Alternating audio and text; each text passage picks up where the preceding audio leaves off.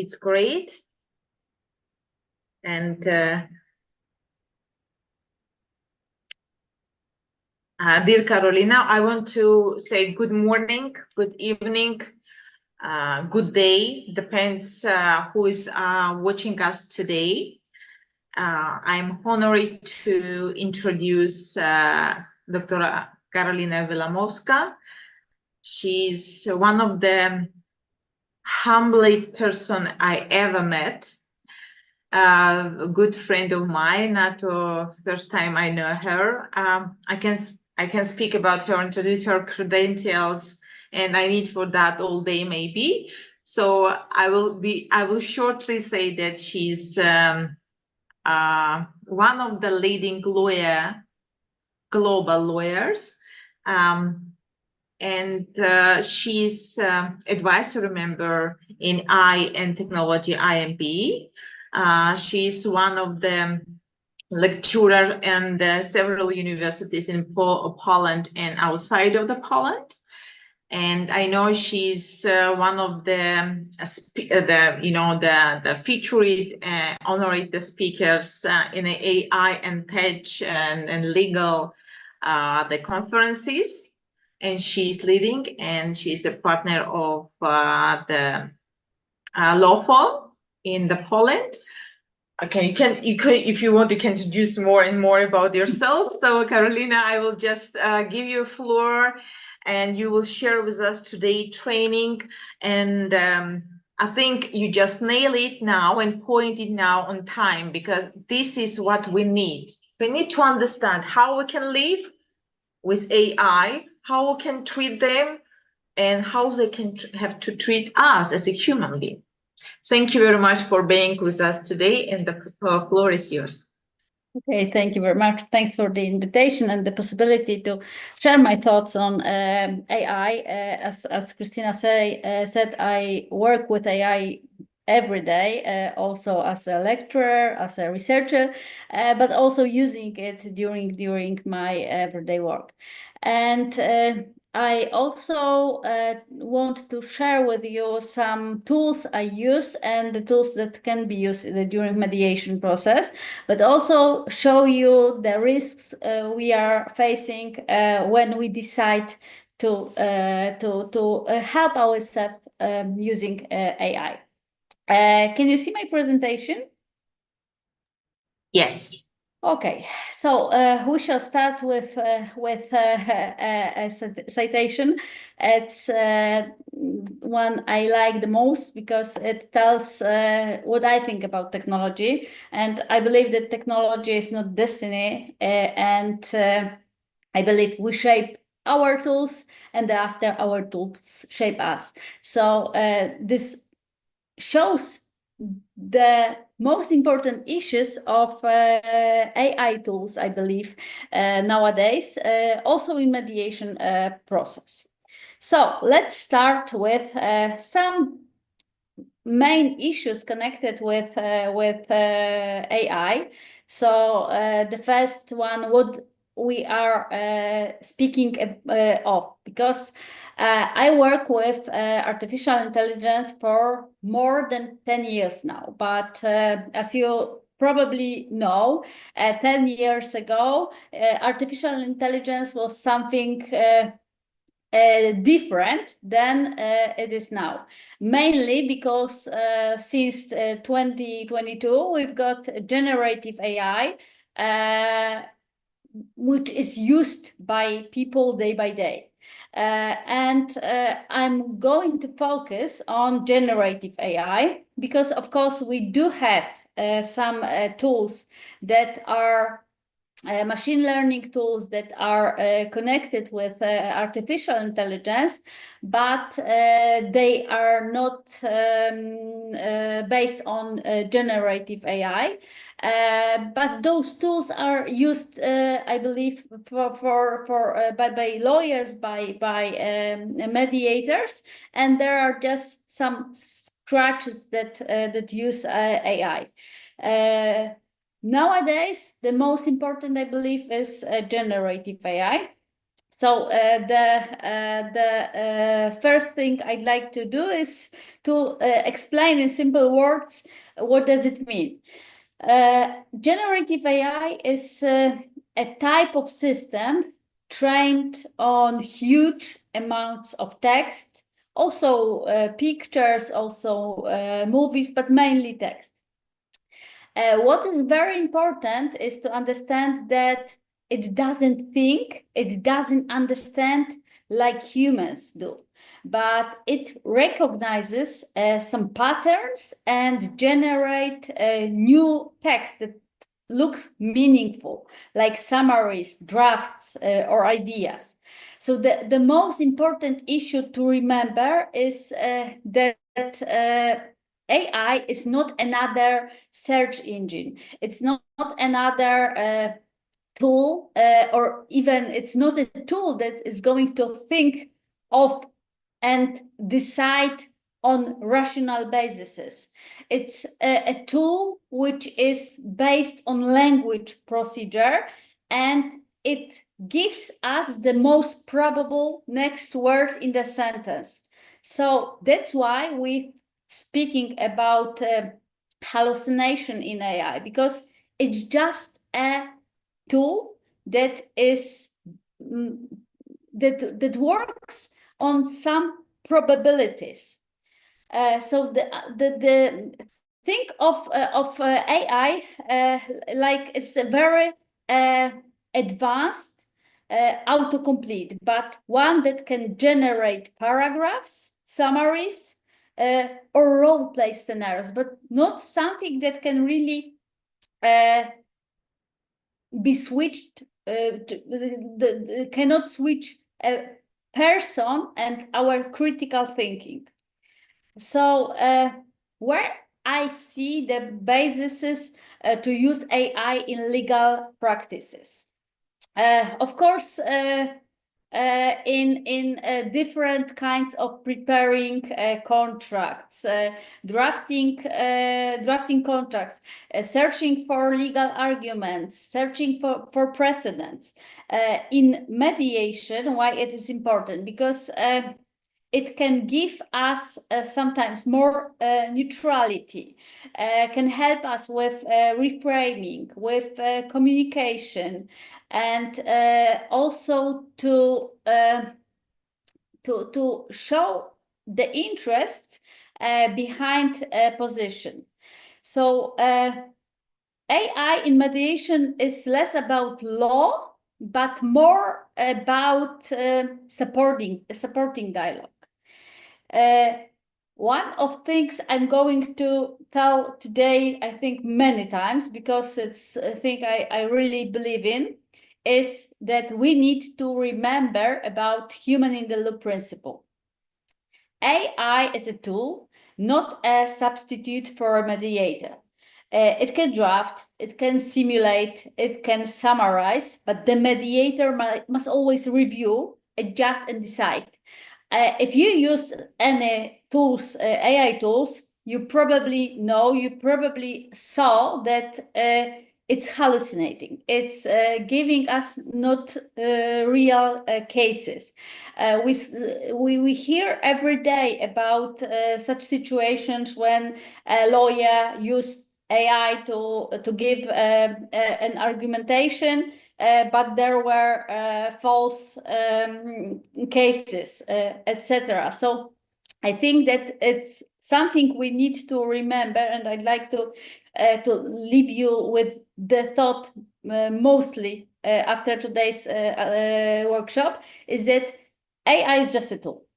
AI can save time, but the mediator keeps responsibility and the judgment. So we cannot start doing things I really see people do, is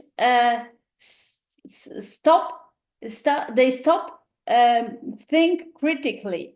They believe that what is written, and it's sometimes written in a beautiful language, but unfortunately, there are mistakes. There are phrases, when we can read them, we know that they are not true, but we need to read. We need to check. we need to decide, because it's always our responsibility. So, what are the tools for mediators? I'd like to show you the most important issue today: how to prepare your own specific mediation assistant. But here I gave you 3 chat GPTs, so-called GPTs, that are prepared as assistants in different mediation cases.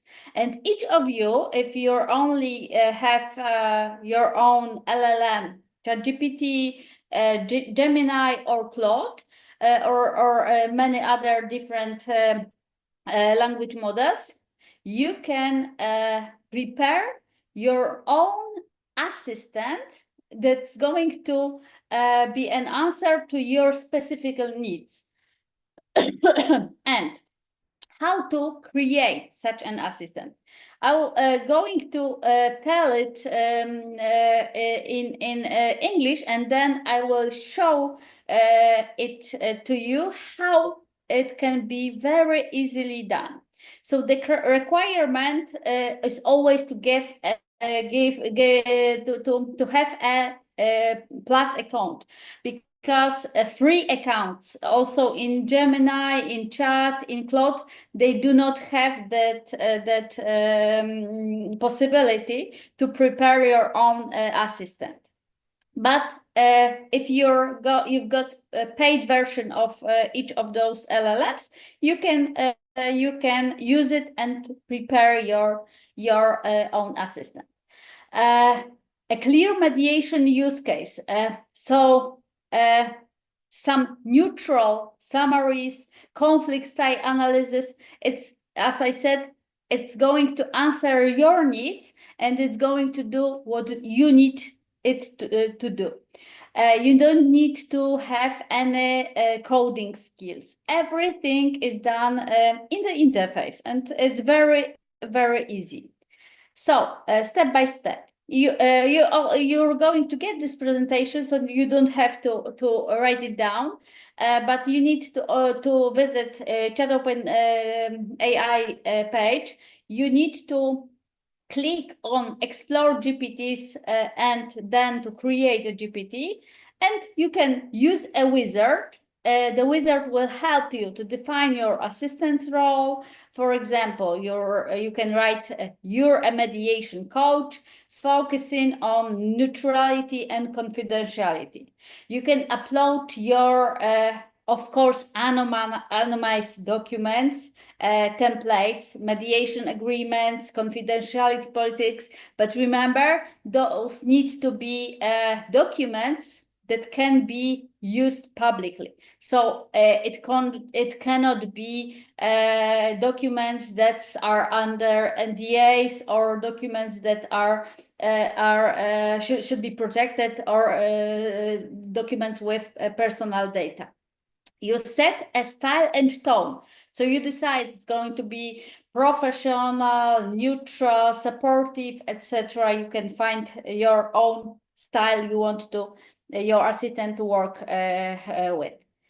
Optional features. This is much more difficult, but if you're a little technical, or you have somebody who can help you, you can connect your assistant with your external tools. For example, notes, for example, Excel documents for analysis. You can also enable it for data processing, for example, service, for example, statistics in mediation reports. Then you've got publishing options. You can have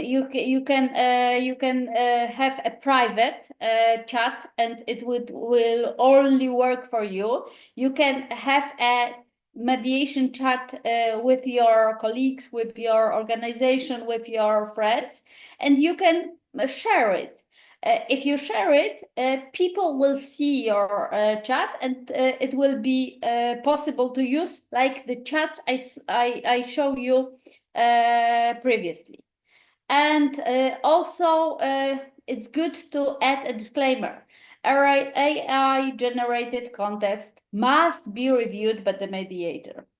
As I said, you need to avoid uploading personal and confidential party data. Regularly update uploaded materials, because it's also very important. And now I'll stop and show you how does it look in real. Okay, just give me unfortunately my chat is in Polish, so but I don't think it's going to be a problem. Can you see my window with my chat? Yes. Yes. Okay. So you're going to have here information about your chat, and you've got your models, your projects. For example, you've got your models, and you can decide what to do. And here you create your own assistant. Here is a possibility to use a wizard. The wizard will help you to build new GPTs.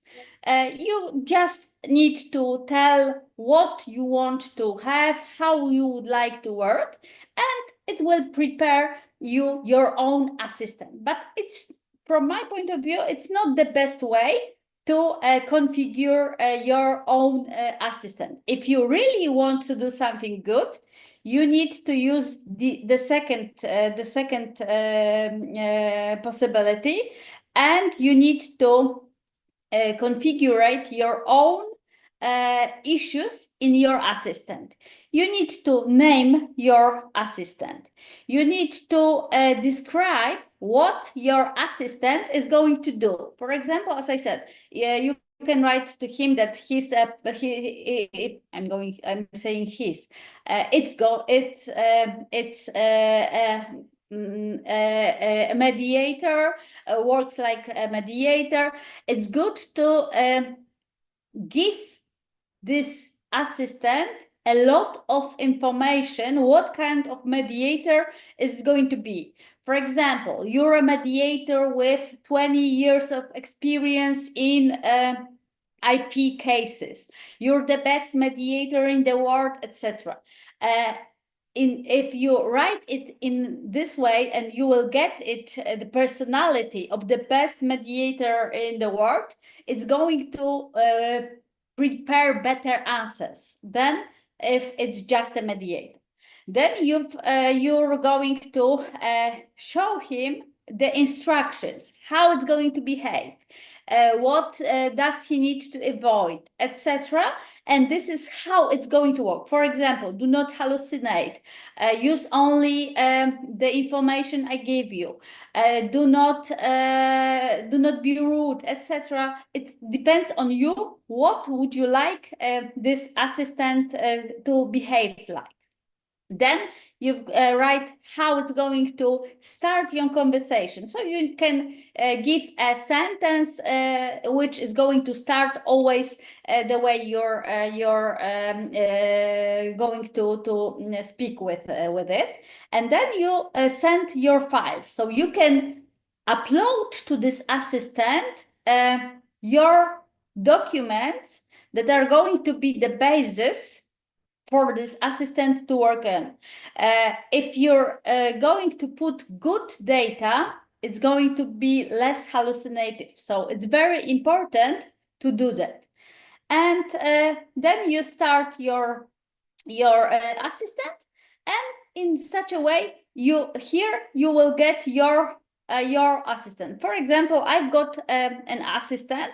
My assistant is called Miranda Sterling, and my assistant is a business advisor in my law firm. So it helps me to work with my company. It helps me to optimize my law firm works, of course, business issues only. And also it helped me to work on my brand, to work on my relation with clients. Of course, there are no personal data, there are no my clients' data. It's just an advisor which is going to help me when I've got, for example, business problem, and I'm asking, okay, I've got a problem. My client want to resign from my help. What should I do? And Miranda, in such situation, is saying, okay, so you need to focus, you need to write to him, etc., etc. And the assistant is going to be as good as you prepare it. So it's very important to really put a little invention into how it's going to work. Okay, so this is, and also in, as I said, you can do that in ChatGPT. You can do that in Gemini. In Gemini, we call those assistants GPTs. You can use Claude, for example.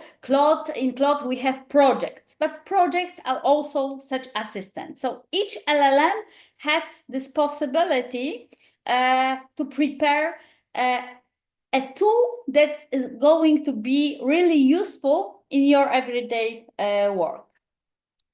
Okay, so this was about that tool. Also, what I said is that you need to work on how this assistant is going to behave.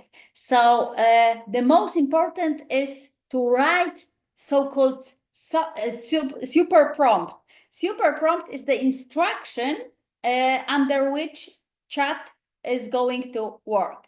And if you have problems, I'm going to tell you a few things how to prepare good prompts.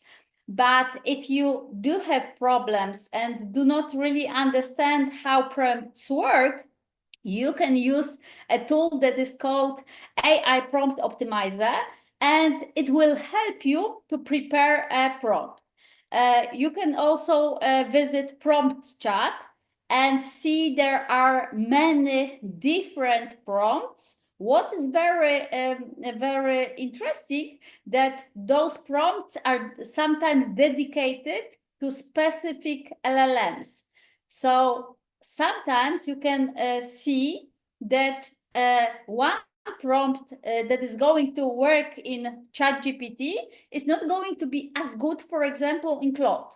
Yeah, so it's also really important, if you work with a tool, to learn this tool, to decide under a situation how to change the prompt, what to add, what to change, because it's really also that the tool is learning about ourselves. So it's learning the way we are working with it. Okay, and of course we do have a lot of general purpose AI tools that can be helpful in mediation. What I said in the beginning is that all those tools are tools we can use to make our work better. But we shouldn't expect to get a tool that is going to do all work for us. I don't know how you, but I wouldn't like such a tool, because then I would be not necessary for in this process.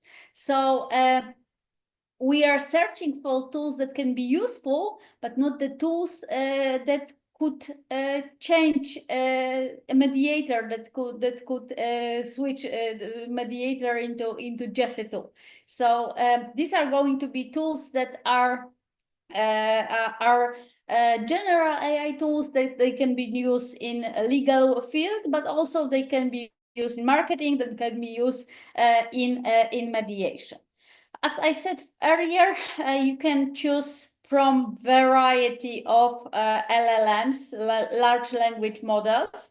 I work with those three and also with one Polish language models. It's called Bielik, but I decided to put here only English versions of the three I use. It's ChatGPT, it's Gemini, and it's Claude. ChatGPT is good for deep researchers. Also, Gemini is good for deep researchers. But if you want much more creative LLM, you should switch into Claude. Claude is really thinking my best LLM. I love working with Claude. I love the way Claude shows and rewrites some things, and it's LLM that really is worth thinking of it if you're choosing a tool. What I also wanted to show you that each of these tools isn't safe, because even if you open, for example, licenses, information given by OpenAI or other companies that provide those tools, you can see that they show us what kind of risk can we deal with. For example, as I said, hallucination, but also harmful content, harms of representation, disinformation, privacy, cybersecurity, potential risky emergent behaviors, interlocution, etc., etc. So there are really many different risks, and we as mediators using those tools need to allocate this risk, to decide which risks are going to acceptable and which are not, and how to mitigate those risks during our procedure and during using this tool, but doing it really in a meaningful way. We can also decide on maybe a little less wonderful tool, but a tool that it's very safe. It's Copilot. Copilot is a tool connected with Microsoft 365, and it's very good tool if you want to work with something safe, because Microsoft Copilot doesn't work outside your own architecture. It's only on your system. It only works with your MS. So it doesn't take information from internet. That's why it's not as good as chat, for example, but it doesn't have the risks that chat has, because it's not taking information from outside of our own system. The tool I'd like to show you also is a Google Notebook. I'm not sure if you do know it, but it's a great tool, especially for summarizing, for preparing, for example, information from long texts or long movies. And also, I'd like to show it to you. How does it work? Because I believe it's much better than just saying about the tool. I need to switch into another LLM, and I'll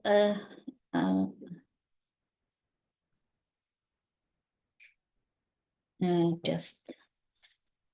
I wanted to show it to you how I use it. That's why I do not have slides on it, but I believe it's going to be more interesting to show how it really works.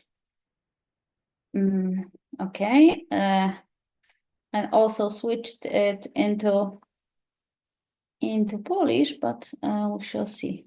Okay, so if you decide to use a notebook LM, you can try how does it work. For example, you can try.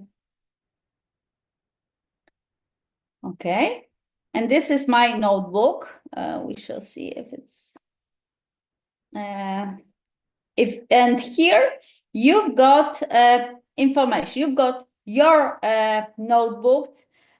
You've got something that is some important issues at the moment, but you can prepare your own note.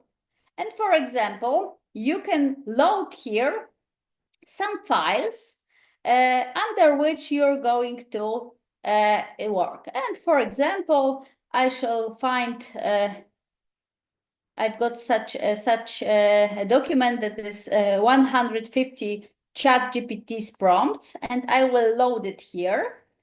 And after I load it, we will get a short information what's here in this document. Write it in. Of course, the tool is in English. It's in different languages. I work in Polish every day, so it's in Polish, but you can work in English, and it can prepare a short note. After preparing a short note, it can also make a note in English, and what's the most important, it can give you a little more sophisticated information. For example, you can ask, show me prompts that are going to be best for lawyers. Choose 10 best prompts for lawyers, etc., etc. And what is very useful, if you've got very long documents, you can summarize it in audio or summarize a video. And this text is going to be switched into a discussion between two people speaking about it. And you can, what I'm doing, for example, I'm day by day, I'm taking important information about artificial intelligence and putting it into one file. On Saturday, I put them into Google Notebook, and I asked Notebook to summarize them for me. I've got I get summarization in audio, and it's very interesting conversation between women and men speaking about only issues from these documents. And I generate such audio, upload it into my pen drive, and for example, if I'm driving somewhere, I'm listening to this information. That's the way I always do know what's happening, even if I do not have time to read, I don't know, 300s, 400s documents or pages of documents. And it's a really useful tool for such situation. It works a little, so I'm not going to wait, but I will also show you, also in Polish, how it can change this text into the video. I've got it, as I said, in Polish because I prepared it for people in Poland, but I will show how good such Sztuczna inteligencja document can be. Just a minute.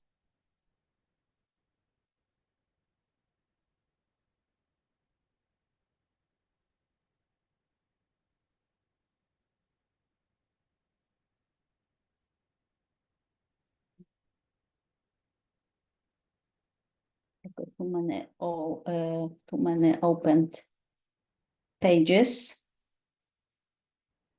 Doesn't want to see, but I will put it. A to temat Okay. rzeka, prawda? Don't Wszystko worry, zmieni się don't w worry. You Europie. take No your i właśnie, time. We are here to study.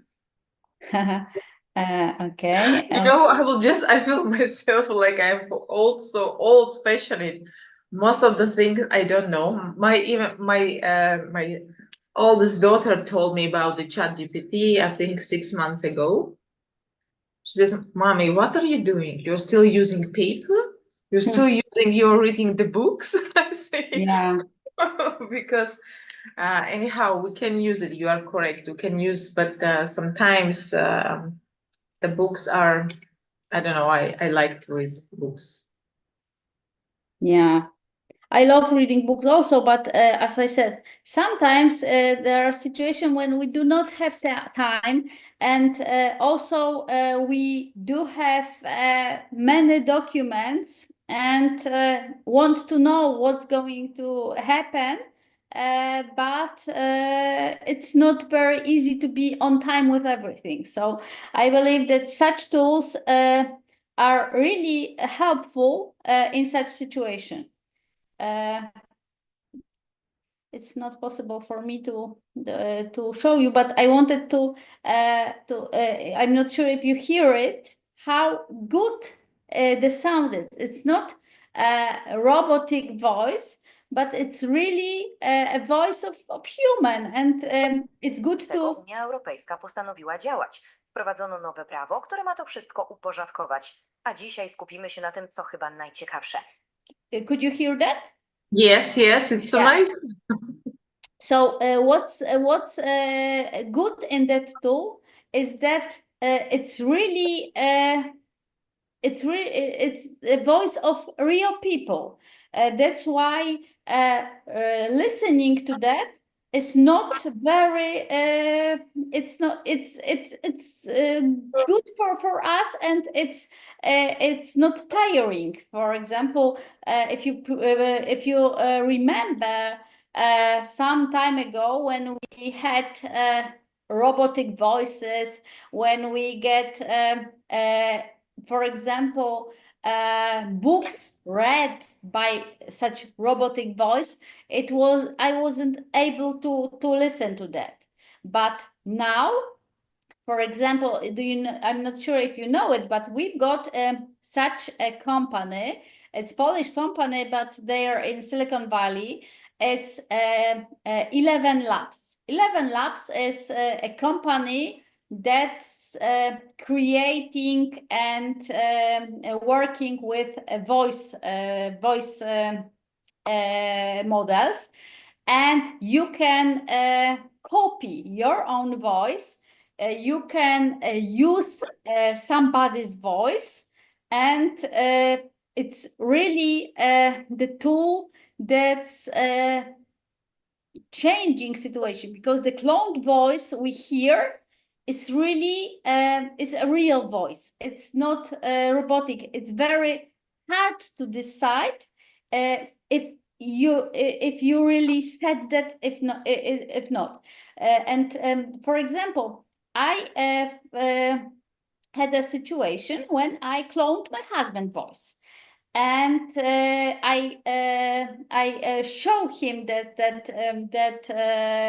text cloned and written by me and said by his voice, and he wasn't sure if that was something he really said or not. So it's really the tool that is going to revolutionize the way we're working. So it was Google Notebook. As I said, I'd like to show you the tools, and I believe if any of those tools is going to be interesting, you will be able to work with it, because all those tools are easy in use. You don't have to be technical person, you don't have to code. You can just use an interface and work with the tool. And the tools I chose are really the tools I use. Another tool, it's also some kind of language models, but it's a little different because it is complex tools. It's a search engine connected with artificial intelligence. And why it's very it's such an interesting tool, because especially when we are searching for legal information, for information based on different jurisdictions, it's much more precise than, for example, ChatGPT. Also, I will show you how to work with it. And what is good with the tool is that it's for free. Of course, you can buy a version that is paid, but I'm using only the unpaid version, and it's enough for my needs. So you can also work with it.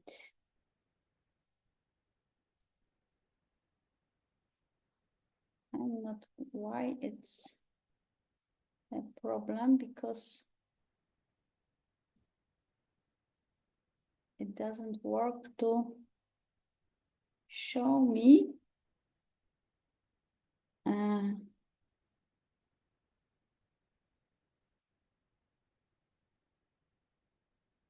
Don't want to show me the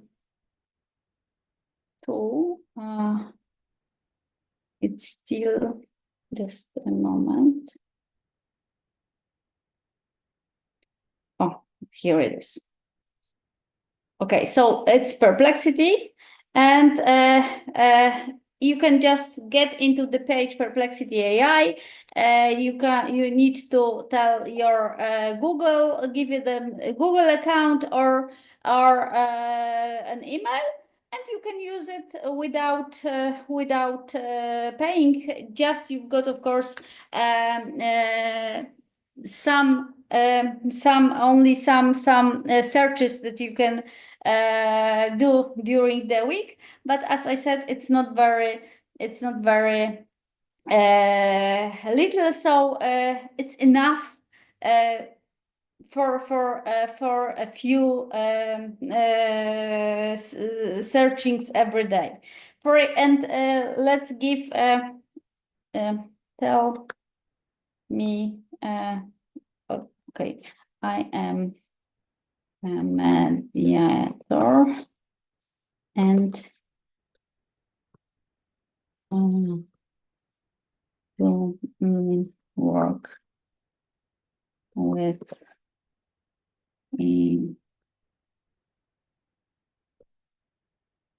conflict from Poland. They arguing.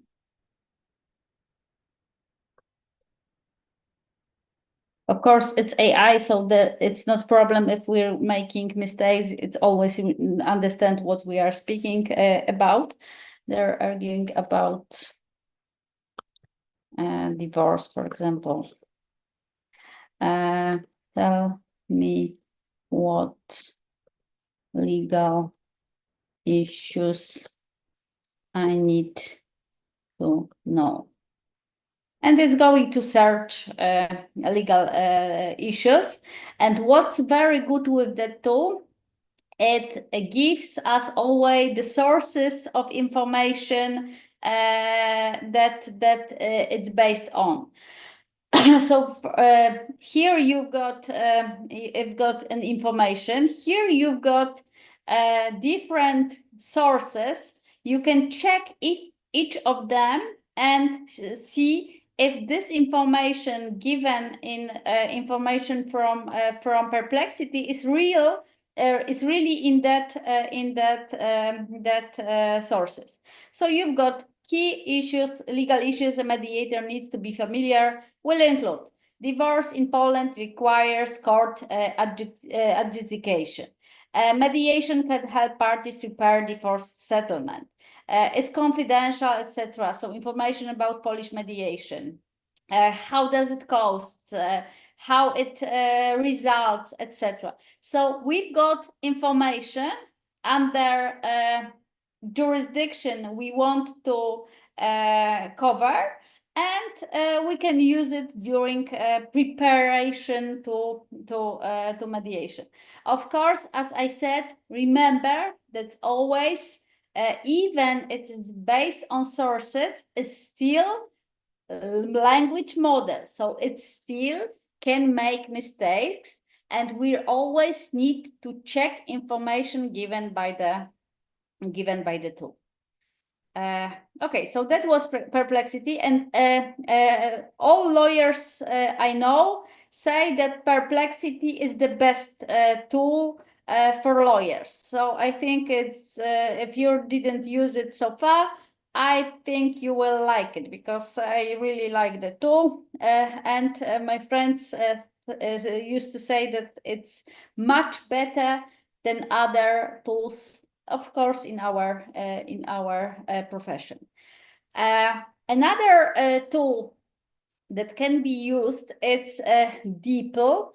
DeepL is an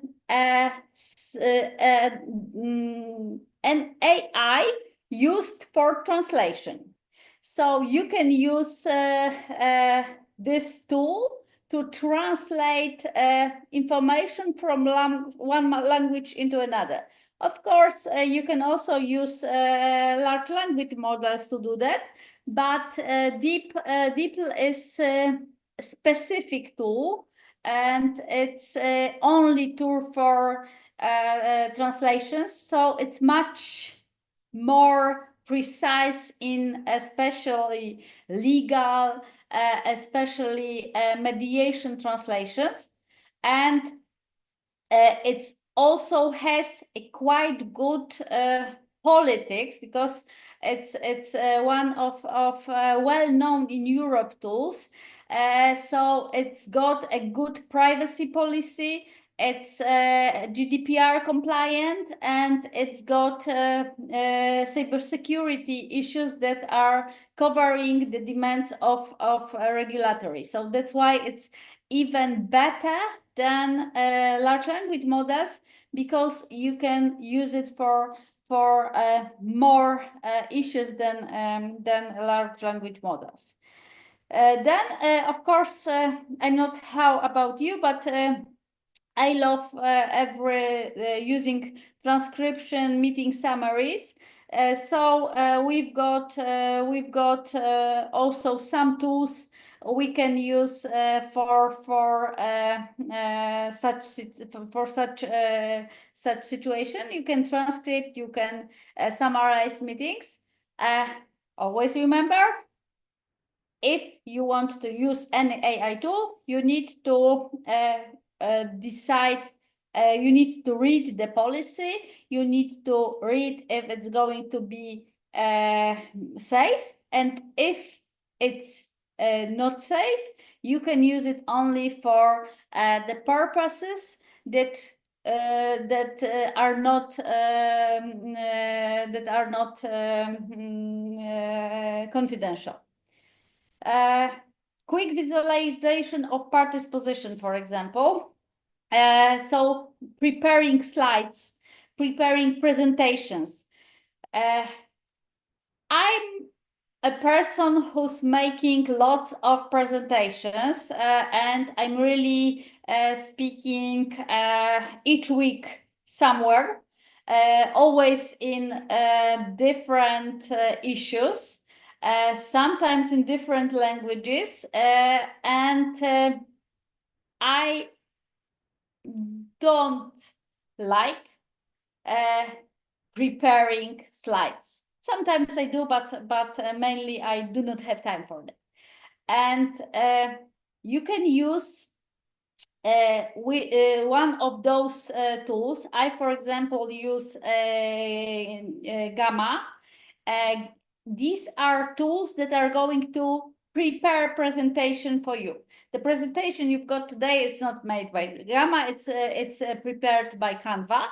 But Gamma makes really good presentation. And for example, if you do not have time, you just say, okay, prepare me a short presentation on mediation rules in Poland. And believe me, it's going to prepare quite a good presentation. If you want to put them something more from you, you can also add such information. But if you do not have time and just want, I don't know, you're going to go to school and you want to make a presentation on mediation and do not have time to prepare a presentation, Gamma or SlidesGo is going to do a great presentation for you without effort from your side. You can also use, as I sometimes do, LLM to prepare text for Gamma and put it into Gamma and say, okay, prepare on the basis of this text a presentation of 20 slides for children under 15. I'm going to speak to about law, about mediation or other issues. Okay, so how,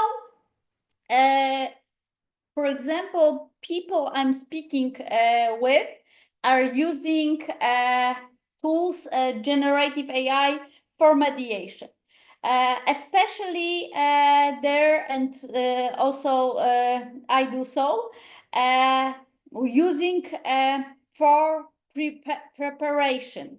For example, if we're going to prepare our client for mediation, of course, when we're not a mediator, but a professional in mediation procedure, and we work with our client, what I can do, I can use LLM to act like our opponent. And I'm going to prepare my ChatGPT to behave like a person who doesn't want to agree for our conditions, or is going to find different weak arguments in what we are saying, and in such way we are preparing for the mediation. Also, drafting neutral summarizes of position. For example, if we do have problem how to summarize a situation, if we've got a problems with using mediation techniques, we can use ChatGPT or another language models to help us with that. For example, could you switch such a sentence into more polite, into a more neutral statement, etc. And also practicing no violent communication if the AI is the other side, as I said before. But to really use the tools we are speaking about, is if we want to do that, we need to find out how to prompt effectively, how to use the prompts and how to prepare prompts so that we could really get better answers. And if you, after our today's meeting, if you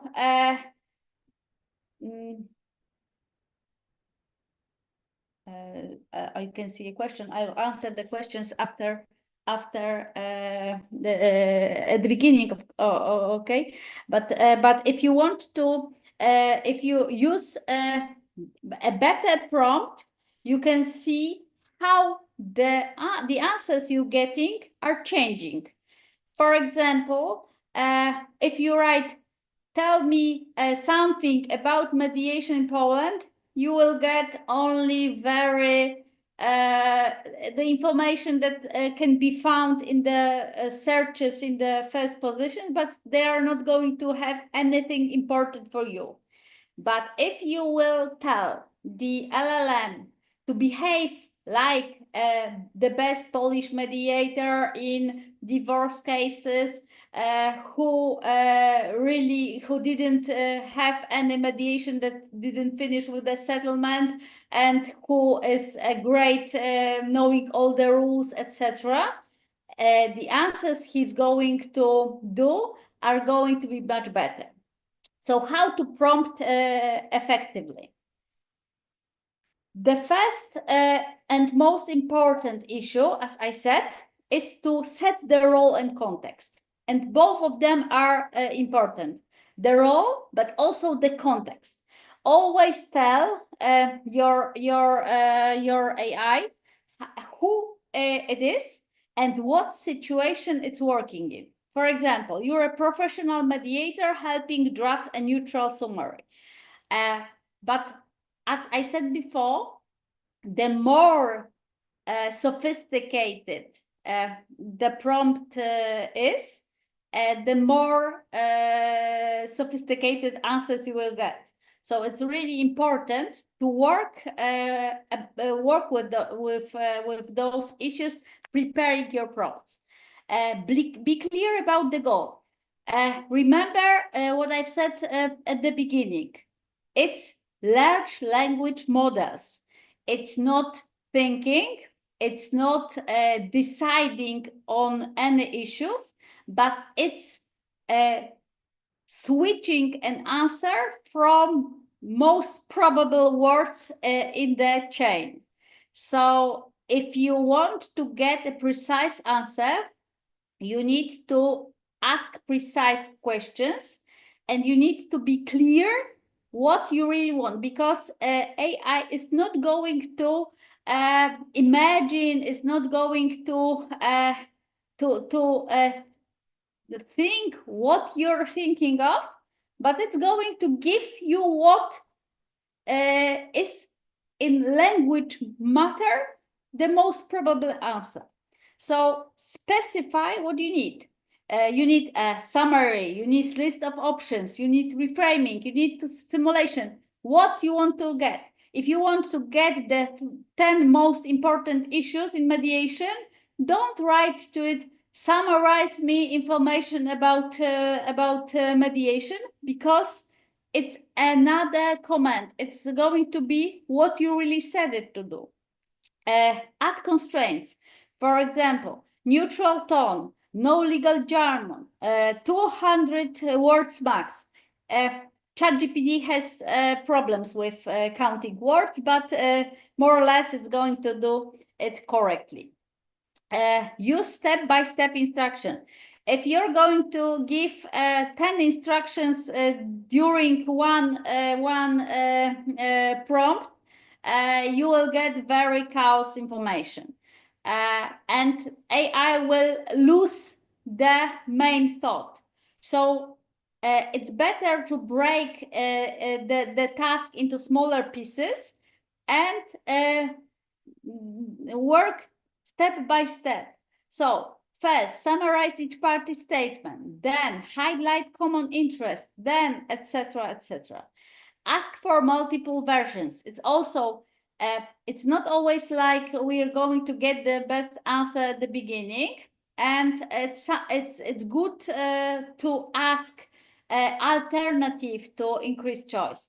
Give me 3 ways to reframe the statement constructively. Prepare 5 reasons, etc., etc. Control style and format. Use prompts like bullet points, neutral summary, professional tone. Ask for tables, checklists, scripts if they're useful. Review and refine. Treat AI output as a draft, not as a final product. I said that I'm going to speak about it all evening, and that's why I'm doing that now. It's very important. Remember, it's just a tool. Revise prompts to get closer to your need. after some time working with AI, you will feel which kind of prompts are really acting and which are not. And the golden rule: never include personal or sensitive data in public AI tools. And here I've got some prompts for you. I'm not going to read them because you will get them with this presentation, but just wanted to show you how you can prepare such prompt. And what is also important, if you do have problem preparing a prompt, you can ask AI to prepare a super prompt for you. For example, you can say, I'm a mediator and I would like to get the most important information about jurisdiction in mediation in Poland. Could you prepare for me a super prompt, a great prompt that will allow me to get more most interesting information from me? And in such situation, you will get a great prompt, and you can then use this prompt to get better answers. So here you will get some prompts in different situations. So drafting neutral summaries, analyzing party interests beyond position. Also, you've got a prompt that you can put into this tool.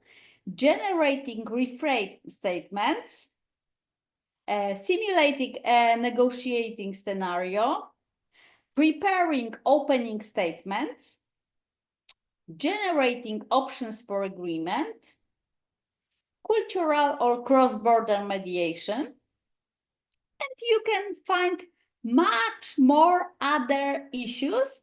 And for each issue you can prepare. It's good to have got your own toolkit of prompts, so your own most valuable prompts that you checked so far and that really works, and use it when they are needed. So I've got such a toolkit for legal issues. And if I need, for example, a prompt for NDA agreements, I've got a really good prepared, quite a long prompt that I put in, and chat searches for information important from my point of view. And the last issue I wanted to focus on is information security and ethics.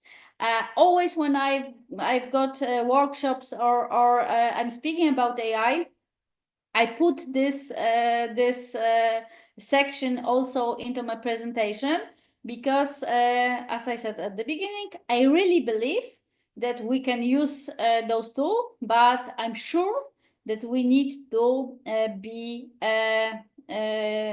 aware of the risks the tools are giving. So the main is data protection. Under European Union, of course, we do have GDPR, but also in another jurisdiction, we've also have another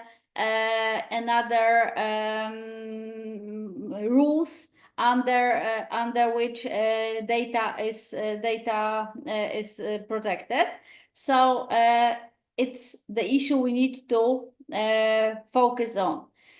And if we're using generative tools, and if we're using it in the internet, because of course, each of the tools I said about, you can use in your own environment, and you can switch it off from the internet. It's, of course, it's not as easy as it sounds, but it is possible. And then you can use this LLM in your own environment.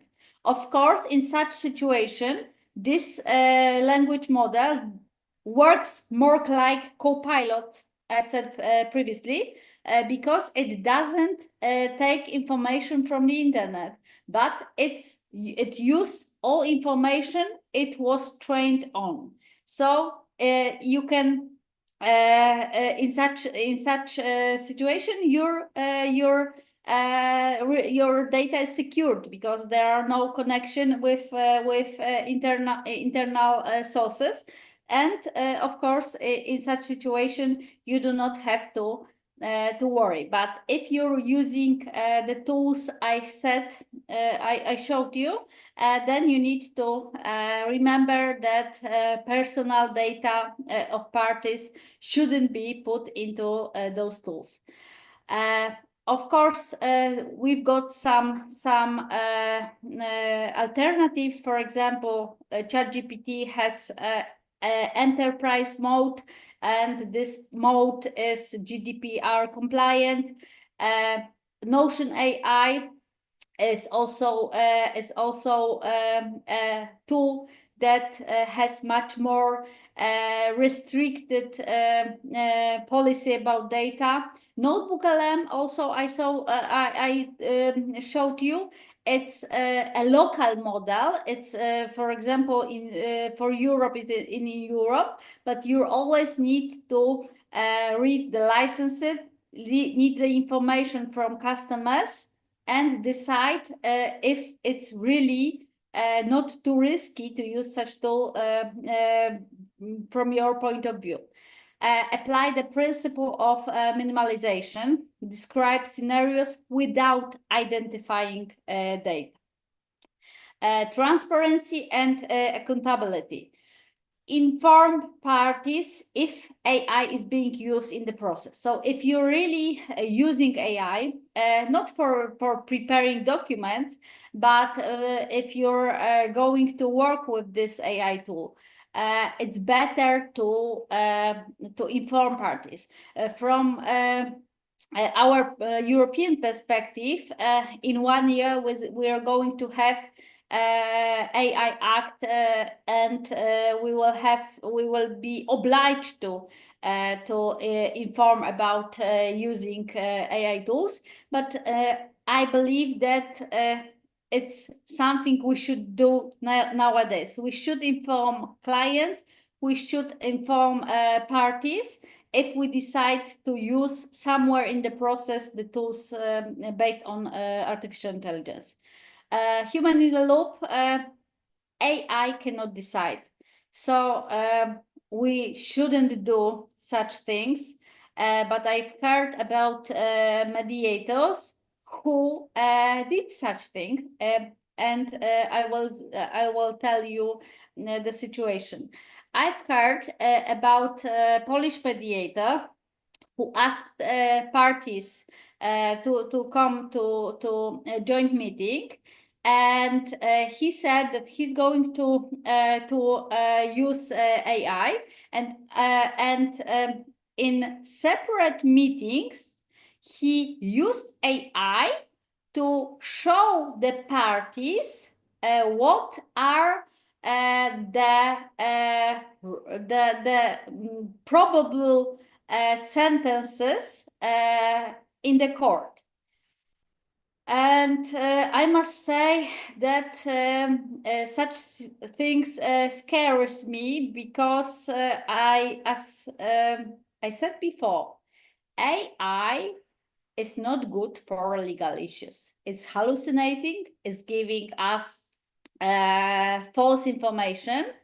So it's just the same situation as if I, as a mediator, would lie about information given to the party. For example, if I meet with the party and I say, okay, you can fight with the other party, but remember, if you're going to go to court, you will lose, because in this court they will always decide in another matter than your position. It's not ethical to do such things. So using AI as a tool, as a helper, yeah, but not as a decision source. And what's also important is to archive AI-generated outputs, especially when you use them for your mediation procedure. Because if something happens, if there's going to be if there's going to be any issues that are connected with using the tool, it will be better to have evidence on the procedure of using the tool. Risk and potential recommendation. Blacklist of tools mediation should avoid. So, for example, as I said, the best way is to prepare a risk assessment and decide which tool is safe for which purposes, which tools should be avoided always. And of course, we do have some tools like DeepSeek, for example.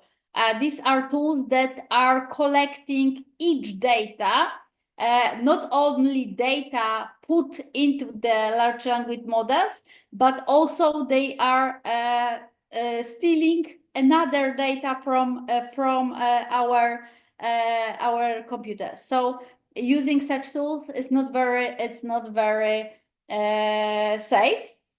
Vet providers, server location, decide if it's GDPR compliant, if it's ISO compliant, if it's compliant with your rules in your jurisdiction.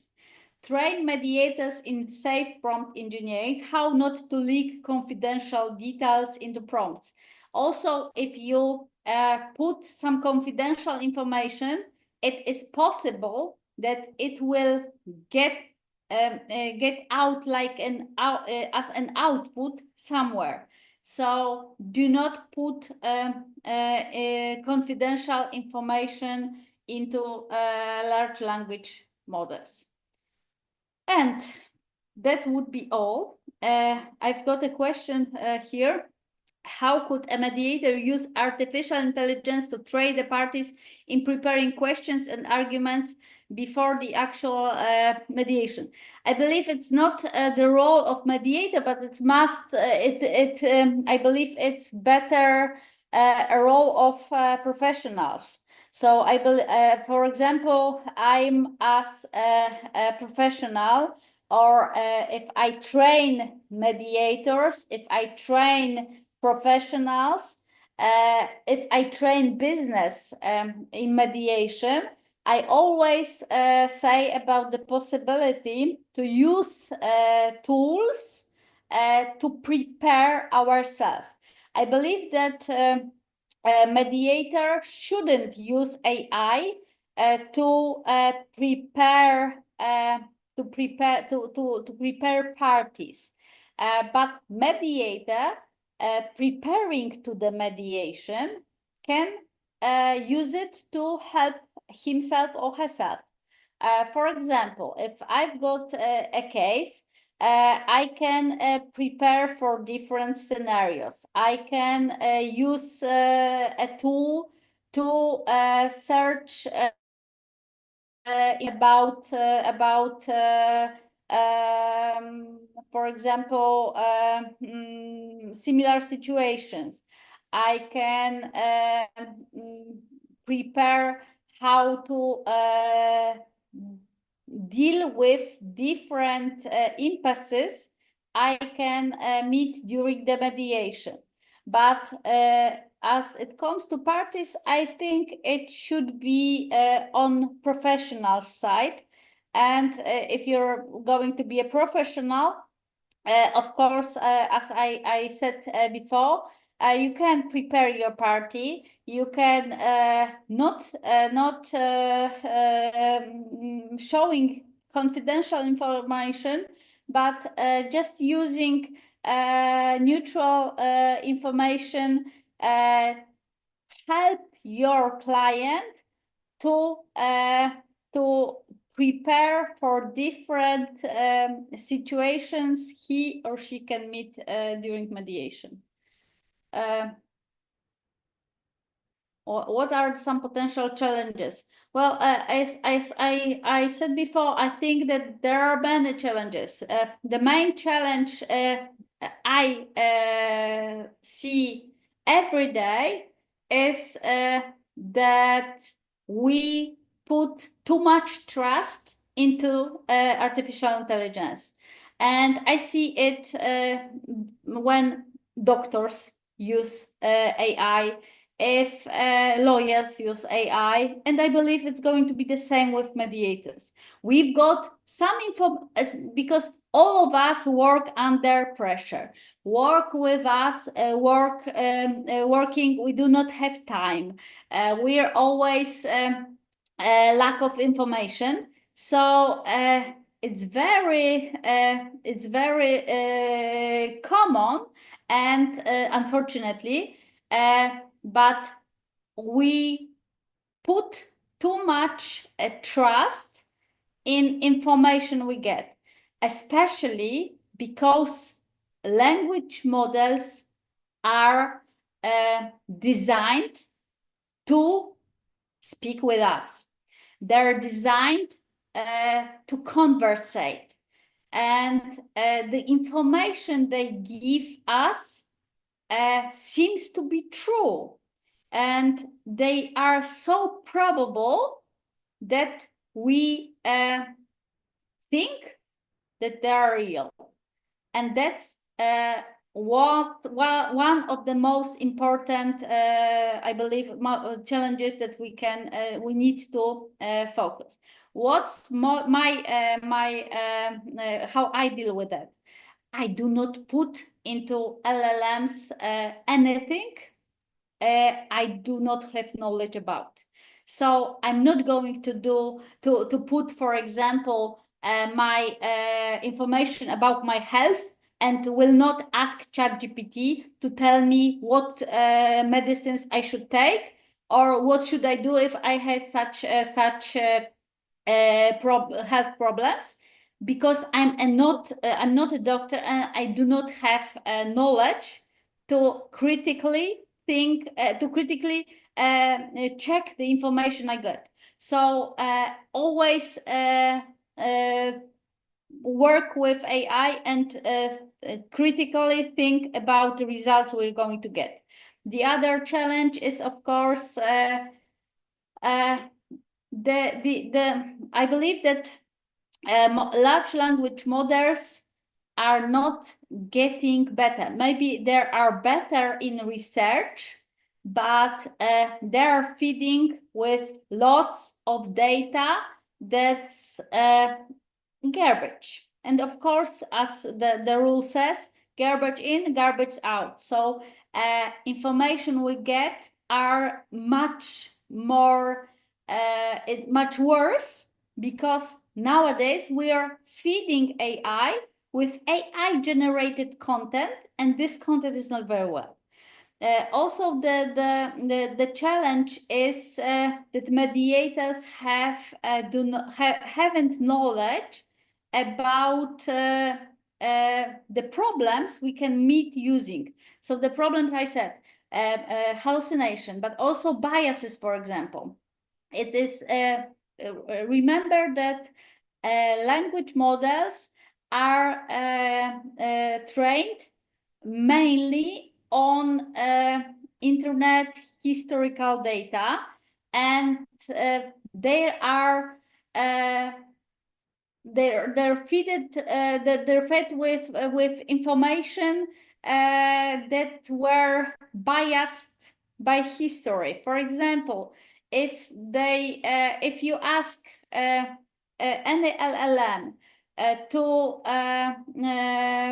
produce a picture of an engineer, of a manager, it's going to show you probably young, white-skinned men. That's because most data it was trained with were pictures of men.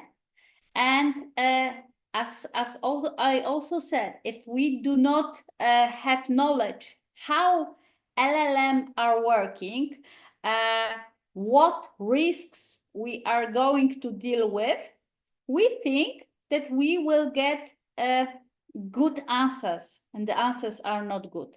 They are biased, then they can be hallucinated, and they can be beautifully written, but not true.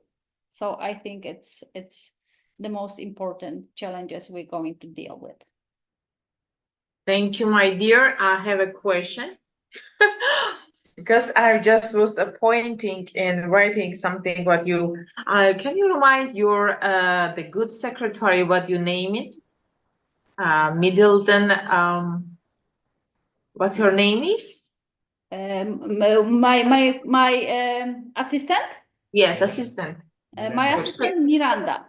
Oh, Miranda. So, so how you work with Miranda? So I was just all this presentation was thinking how to ask, because I am a bit aware, as I say to you, I am a bit aware. Okay, you call it, you give her a name. You see, you have some psychological intentions with your AI assistant. Why? As a lawyer, of course, you checked, but somehow you are going close to it. And we have to admit it. No, The longer we assist, we talk with them, and we enjoy when they are giving I think, the correct answers, and they really help us to do something. So well, my I think situation. it could be demand, but my Miranda is a person. I don't know if you remember the movie Devil Wears in Prada, and there were Miranda Sterling. Miranda. Yeah, so it was the name I thought about when I searched for a name for my first assistant, and that's why it's Miranda, because she was unhuman, totally unhuman, and that's the name I've decided to give. But yeah, I believe it's a problem because, as I mentioned before, I try to speak about AI as it, but I humanize it. Yeah, and I know that, but I didn't see in my own behavior. And what I do is I'm changing my assistants, and after, for example, 6 months, I'm getting rid of it. So and changing it totally, because I'm not I think that I'm also not a person who could attach to a technology, but I see the problem, especially with elder people. In Poland, we do have that problem, and I think that the most important issue is in medicine. We had research in Poland about AI assistants and medical personnel who get into relation with patients. And patients used to say that artificial intelligence was more human and more emphatical than personal from hospitals. So they had much more time for them. The tools, they are never angry. They always answer. If grandma is going to ask for the 10th time, okay, can you explain me something? Normal people will going to get mad, and artificial intelligence is going to answer 10 times, 100 times, etc. So it's a problem, but maybe it's also some kind of cure in situations where there's not going to be a human, because many people are lonely, and I'm not sure if it's better for them to be lonely and to they don't have anybody, and they will not have anybody who are going to speak to them, or to speak with the tool as long as the tool is not going to harm them. This is so sad. You just answer it, and you know, I feel so sad about this, the patients. What is going to tell us now? We just answer it on some really crucial question, and maybe it's time to think about how we have to react on our parents, elders, children. Maybe we have to become again more human. Even the nowadays, most of the human are more artificial, as you mentioned it. And that's why these patients, they try to speak, and the children as well. Yesterday in the conference, when we have from America, he spoke about artificial intelligence and protection of the children.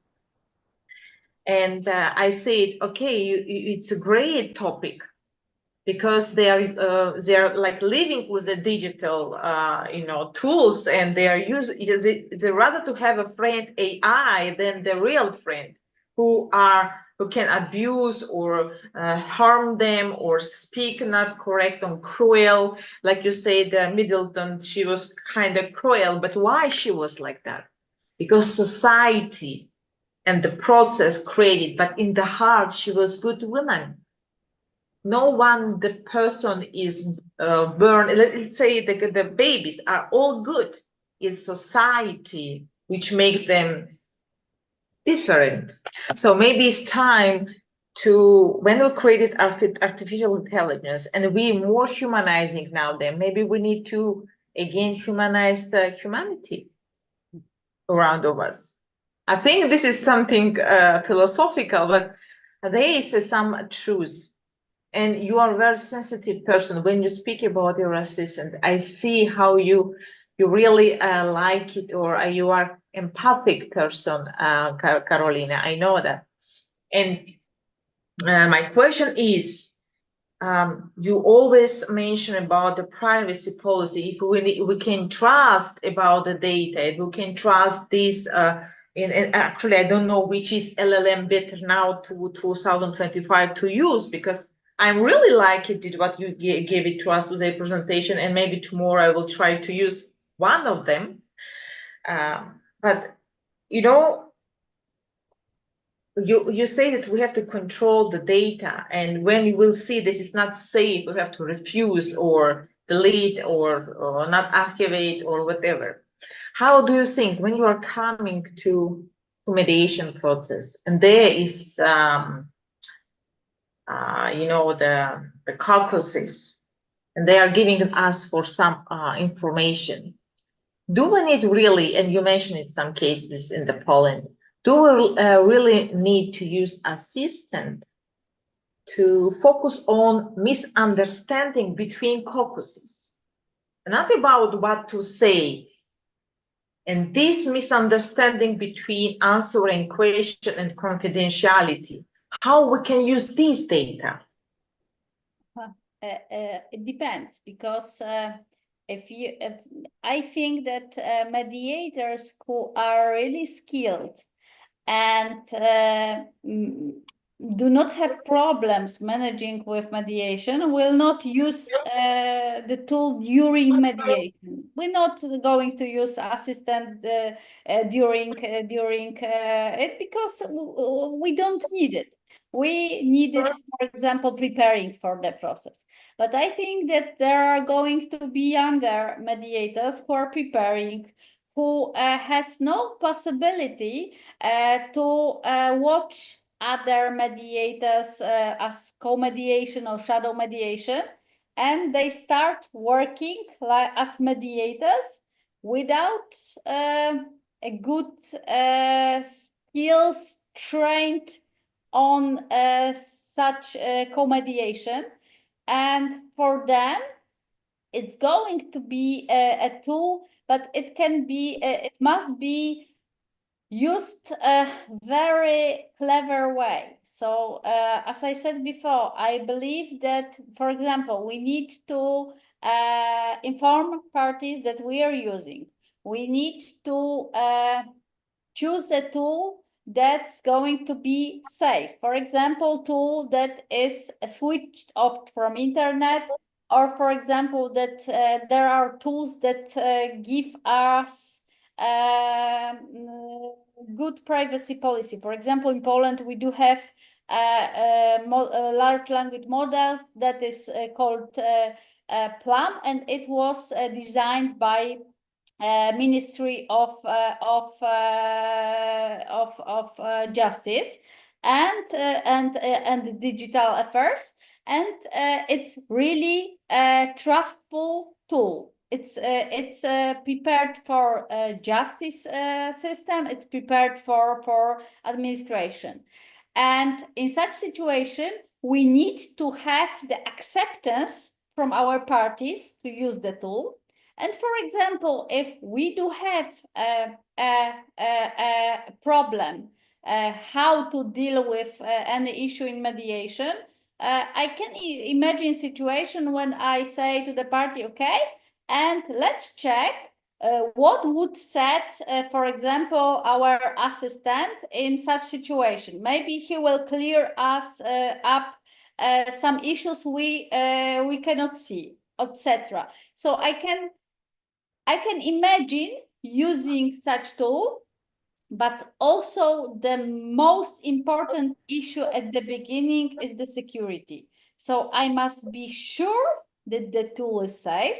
I must be sure that the parties understand that I'm using such a tool, for what purposes I'm using the tool, how the tool is working and what's going on with their data by using the tool, and they must accept. If they say they do not want the tool, I'm not going to use it.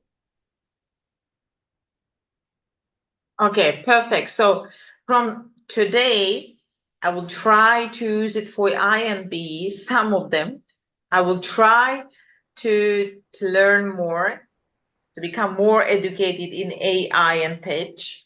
But you know what? I really like it because we are running out of time. We are all the time busy, as you are and me, in education and doctorate and the research and everything. And sometimes it's useful exactly to read the books, which are thousands with 300, 500 and 1,000 pages. And really need your help to write down this AI, how to generate from the prompts or from the books to audiobook. So how you told me how we are doing and reading all these prompts in by listening by driving the car. So this is really useful for the people who are really tied up and running out of time, take care of the family, the business ladies as you are as well. And coming to closer, we're coming to the end, and sorry, just because it's a really interesting topic, and now 8:30, almost 8:40. So let me check what you share it with us. This one, okay, perfect. The 11 Labs is the tool for voice clone. Okay, let me copy.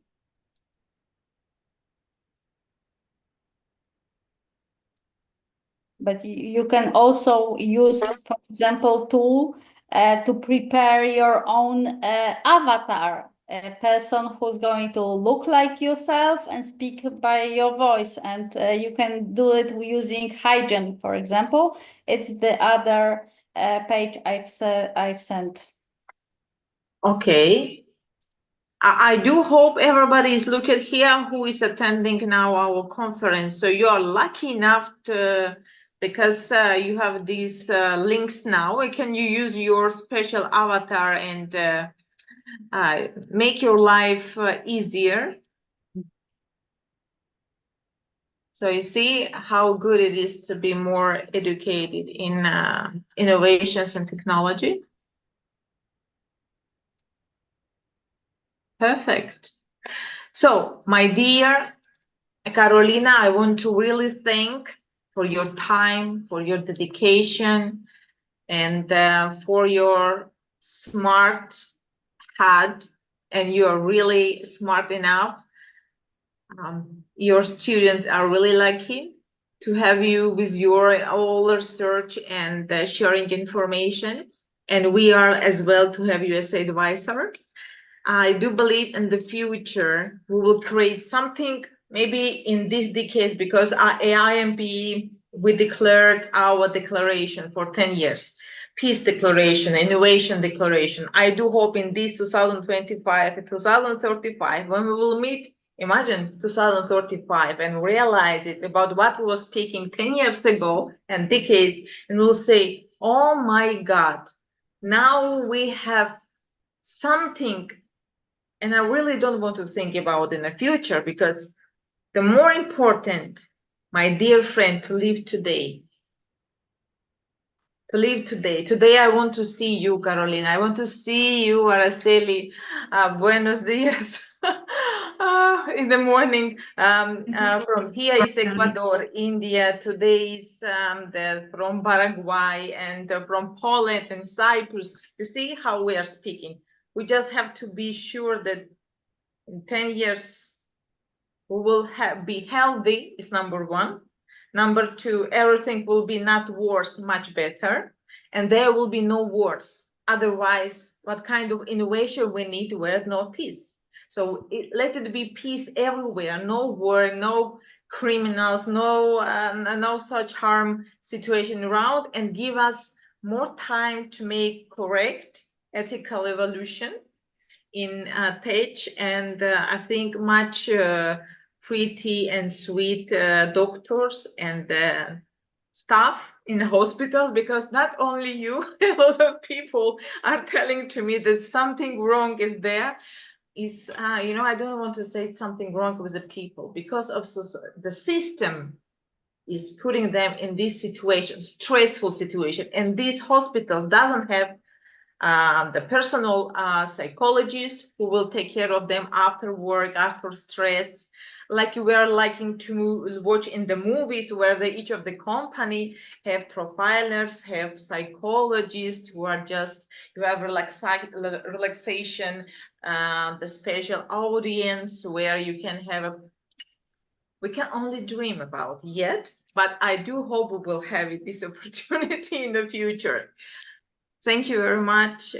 Each of you are the unique person. Say hello to your best family, because I know that your husband and your family support you so much. That's why you are glowing. You are so beautiful outside and inside. So thank them very much.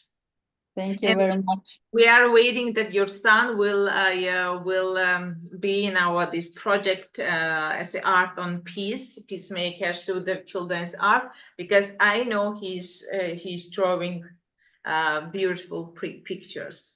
Yeah, so he just started his studies in UK. Yesterday it was his first day studying. So yeah. Wow, perfect! Congratulations. Thank you.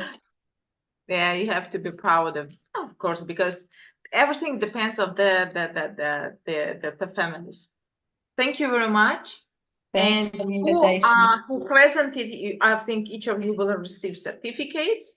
Who came, not just registered, because I don't see all of you. Some of them are watching, using YouTube, but I don't see these people. So thank you very much, Araceli. Thank you very much, Karolina, again. Dokontilan Gayam, so you will receive, and Vasu as well, certificates. And thank you very much for today participation. Enjoy your evening, morning, and night. Thank you very much. Have a great day. Bye. Thank you. Bye-bye. Bye.